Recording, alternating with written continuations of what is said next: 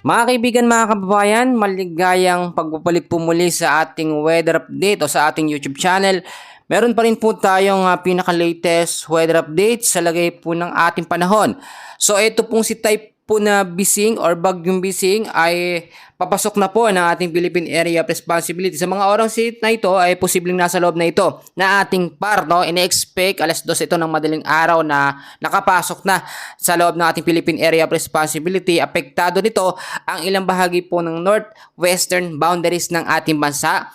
At good news din, ito inaasahang lalabas na ng ating Philippine Area of Responsibility ngayong araw din po ng Lunes, bandang hapon, to be exact, alas 2 po mga kaibigan. Pero before that, huwag nyo muna kakalimutan na mag-like and subscribe at pahita rin po ng notification bell. Maraming salamat po. Upon checking mga kaibigan, ito pong pinaka-sentro or mata, ito nga pong si type po na Bising, ay namataan po na may layo pong data na 335 kilometers west of northwest of Itbayat, Batanes. At meron po itong lakas ng hangin ngayon, no, na nag-sustain winds na umaabot po sa 130 kilometers per hour. Malapit pa rin sa sentro na bumubugso up to 160 kilometers per hour. At may pagkilos na pa-northeastward sa bilis na 15 kilometers per hour. So mga kaibigan, kahit ito po ay saglit lamang na papasok sa loob ng par, magbibigay pa rin ito ng mga paminsala o mamiminsala pa rin to sa ilang bahagi po ng ating bansa, especially sa bahagi po ng Batanes. Ang trap or extension naman ng hangin or buntot ito nga pong si Typhoon Bising ay posibleng makaapekto sa ilang bahagi po ng Luzon at ilang bahagi ng Metro Manila. So, kung titignan nyo mga kaibigan, ito yung forecast track niya, ipapakita akong mabuti, no? Kasi yung iba ang sinasabi, dapat tignan sa track kung talagang papasok sa loob ng ating Philippine Area of Responsibility. So eto, malino naman, nakalagay po dyan ay July 7, ngayong araw po yun ng Lunes, alas 2 ng madaling araw ay nasa loob siya or nasa northwestern boundary siya ng ating Philippine Area of Responsibility. At kung titignan nyo, lalabas ito ng Philippine Area of Responsibility July 7 din ngayong araw ng Lunes, 2 PM po ng hapon. Magkagayon man mga kaibigan, may mga lugar pa rin siya na posibleng daanan, yung track at intensity forecast natin. Ipapakita ko po sa inyo at babasahin ko sa inyo mga kaibigan. Inaasahan, 60 hours simula ngayon ang forecast natin mga kaibigan. Magkakaroon po siya ng layong 765 kilometers north of Itbayat, Batanes At ito po ay nasa coastal water po ng Xinjiang or sinasabi natin bandang Taiwan na ito. Pero etong trap or extension ng kanyang hangin ay nakakaapekto pa rin po mga kaibigan. So nakalabas na yon hapon nga po na Lunes itong si Bagyong Bising, pero trap extension ng hangin niya ay nakakaapekto pa rin po sa ilang bahagi po ng ating bansa. Dahil po sa extension o trap nito nga pong si Bagyong Bising ay pinapalakas naman niya etong southwest monsoon or habagat na siya nagbibigay naman ng mga pag-ulan sa ilang bahagi ng ating bansa. Ngayong araw po ng Lunes, July 7, inaasahan natin sa area ho ng Batanes ang 50 to 100 millimeters na dami ho ng pag-uulan. Hindi ho yan isang bugsuan, posible ho yung occasional rains o yung tuloy-tuloy na mga pag-uulan mga kaibigan. At madalas yan lumalakas bandang hapon na hanggang sa gabi. Inaasahan din po natin ang heavy rainfall outlook dahil po sa southwest monsoon. Ngayong araw po, nung Lunes, meron tayong moderate to heavy rains na merong 50 to 100 millimeters na dami ng ulan sa Ilocos Norte, Ilocos Sur, La Union, Pangasinan, Zambales at Bataan.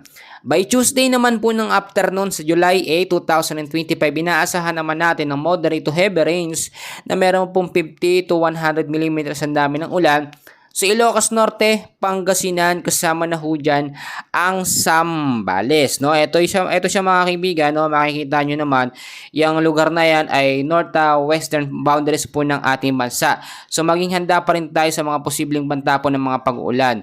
Dahil pa rin po sa banta, ito nga po sa Typhoon Bising, ay posible pa rin itaas ang signal number 1 sa ilang bahagi ho ng Batanes. Then habang papalayo ito ng ating Philippine Area of Responsibility, patuloy pa rin makakaapekto yung trap extension ng kanyang hangin. Ngayon mga kaibigan, tignan natin muna yung tinatawag natin na forecast sa weather condition, which is mga lugar pa rin na posibleng maapektuhan nga po. O yung mga lugar na ito ay apektado ng Bagyong Bising at ng hanging habagat. Sa area pa rin ng Batanes, kasama na ho dyan ng Mabini Islands, meron tayong tinatawag na cloudy skies with scattered rains and thunderstorm weather condition ho yan sa lugar na yan, dahil po yan sa extension ito nga pong si Typhoon Bising. So posibleng impact nito ay pagbabaha sa mababang lugar at landslide sa mga landslide prone area kung sakali po magkaroon ng moderate to heavy rains. Inaasahan din natin sa area po ng Ilocos Region, Zambales, Bataan, ang weather condition po dyan occasional rains dahil po yan sa southwest monsoon. So posibleng impact nito pagbabaha po sa mababang lugar at landslide sa mga landslide prone area. So dito tayo sa area ng Metro Manila, Cordillera Administrative Region, Calabarzon, Mimaropa, Western Visayas, Negros Island Region, Zamboanga Peninsula, BARMM, at the rest po ng Cagayan Valley, kasama na ho dyan ng Central Luzon. Dahil po sa hanging habagat or southwest monsoon, makakaranas po ng weather condition na maulap na kalangitan na meron po mga kalat-kalat na mga pag-uulan at meron kasama mga pagkulog at pagkidlat.